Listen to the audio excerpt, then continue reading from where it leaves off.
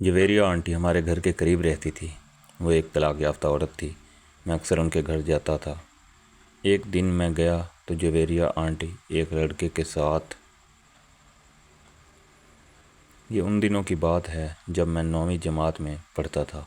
हमारे पड़ोस में एक जवेरिया आंटी रहती थी जिनकी उम्र 36 साल के करीब थी। वो तलाक याफ्ता औरत थी। अक्सर हमारे घर भी आती थी। कोई काम होता तो अम्मी मुझे ही भेज देती। एक दिन अम्मी ने कुछ चीज़ें दी और कहा कि ये जवेरिया आंटी को दे आओ और कहना कि ये अम्मी ने दी हैं। उस वक्त दिन के 11 बज रहे थे। गर्मियों के दिन थे, इसलिए जब मैं गया तो जवेरिया आंटी मेरी उम्र के लड़के के साथ मैच में मशगूल थी। तब ये बात सब जानते थे कि जवेरिया आंटी जैसी प्यारी कोई औरत यहाँ नहीं रहती। मैंने जब ये मंज़र देखा तो मेरी आंखें खुली की खुली रह गईं। खैर वो लड़का तो तब तक फ़रार हो चुका था। तो मैंने जवेरिया आंटी से कहा कि आंटी, अम्मी ने ये कुछ चीज़ें आपके लिए दी हैं। आंटी की नज़रें झुकी हुई थी। मैंने कहा, देख लें आंटी। तो वो बोली, अपनी अम्मी को मेरी तरफ़ से तुम शुक्रिया अदा करना। फिर बोली, अच्छा माजिद, बात सुनो। मैंने कहा, जी आंटी बोलें। तो आंटी ने कहा कि बात यह है कि तुम ये बात सिर्फ़ अपने तक रखना। मैंने कहा, जी आंटी, मैं किसी को नहीं बताता, लेकिन आप ऐसा क्यों करती हो? वो बोली, माजिद, 9 साल हो गए हैं शौहर को मुझे छोड़े हुए।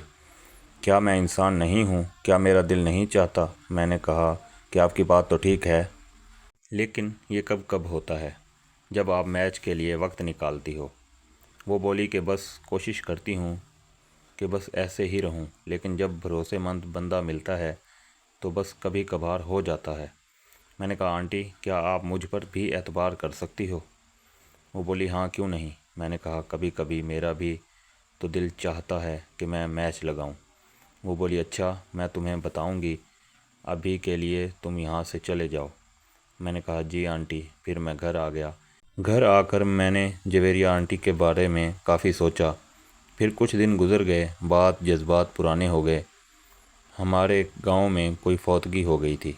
अम्मी और अब्बू और बाकी भाई वहां चले गए। मुझे कहा, तुम अभी घर का ख्याल रखो, जब हम आएंगे तो तुम वहां चले जाना। मैंने कहा, जी ठीक है। फिर वो लोग चले गए। मैंने उन्हें रवाना करके गेट बंद कर दिया। वापस आकर जवेरिया आंटी के बारे में सोचने लगा कि अगर वो आती तो दिन अच्छा गुजर जाता। अभी मैं सोच ही रहा था कि अचानक घंटी बजती है। तो मैं देखने गया तो सामने जवेरिया आंटी खड़ी थी। वो 36 साल की उम्र में भी 25 साल की लगती थी। खैर वो आईं और मैंने इनको सलाम किया तो वो बोली कि बाकी लोग कहाँ हैं, मुझे नज़र नहीं आ रहे। खैर है।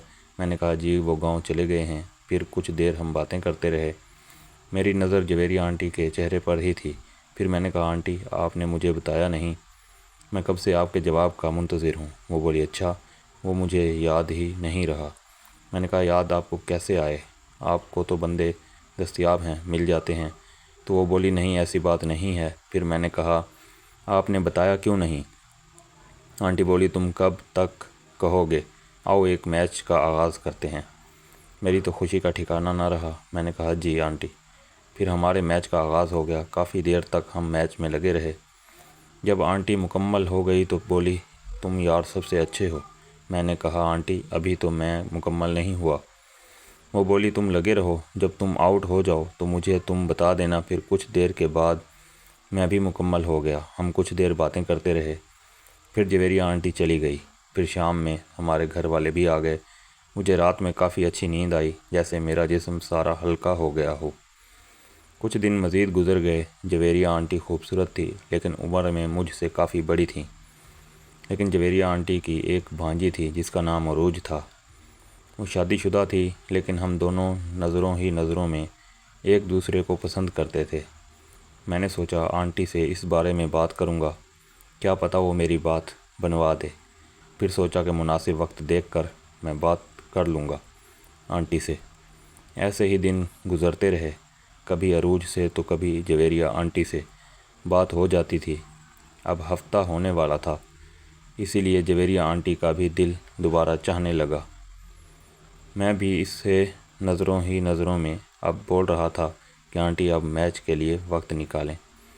پھر 2 دن مزید گزرنے کے بعد 9 بجے کے قریب آنٹی نے امی کو کال لگائی کہ سمیر کو بھیجو، مجھے بازار سے کچھ سامان لینے جانا ہے۔ پہلے بھی آنٹی کو اکثر میں ہی بازار لے جاتا تھا، اس لیے امی نے بولا جویریہ آنٹی تمہیں بلا رہی ہے۔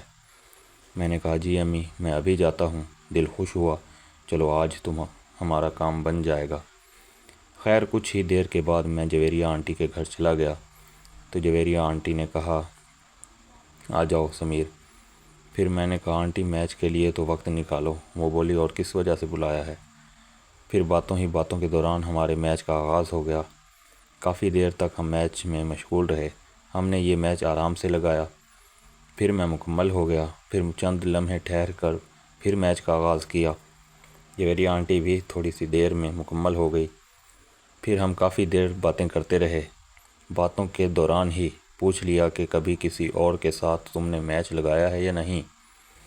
میں نے کہا نہیں آنٹی۔ تو وہ بولی کوئی پسند ہے جو میچ لگائے؟ میں نے کہا جی ہاں ایک ہے، لیکن میں اس بارے میں آپ کو کیسے بتاؤں؟ وہ بولی کہ تم فکر نہ کرو، اب کوئی بات ہمارے بیچ رہ گئی ہے کیا؟ میں نے کہا نہیں ایسی تو کوئی بات نہیں ہے۔